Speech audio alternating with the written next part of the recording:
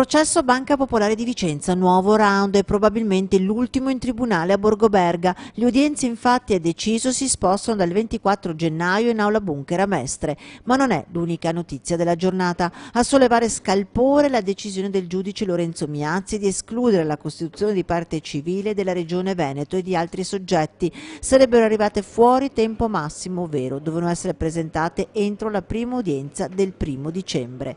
Non è escluso che gli avvocati facciano ricorso a questa decisione, compreso quello della Regione Veneto che è già peraltro al lavoro. In una giornata fatta di appelli di avvocati, verifiche e correzioni di errori materiali nella presentazione delle costituzioni di parte civile, l'esclusione della Regione Veneto dalle stesse lascia perplessi.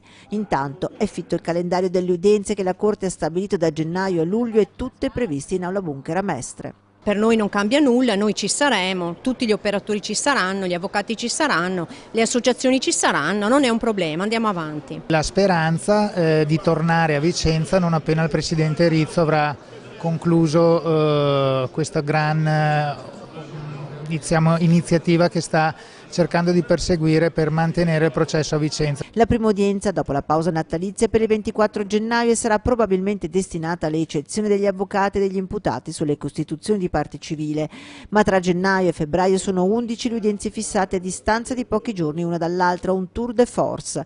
In agenda, anche se non ancora sicuri se si rimarrà a Mestre, il giudice Miazzi ha fissato altre 28 udienze dal 2 aprile al 16 luglio.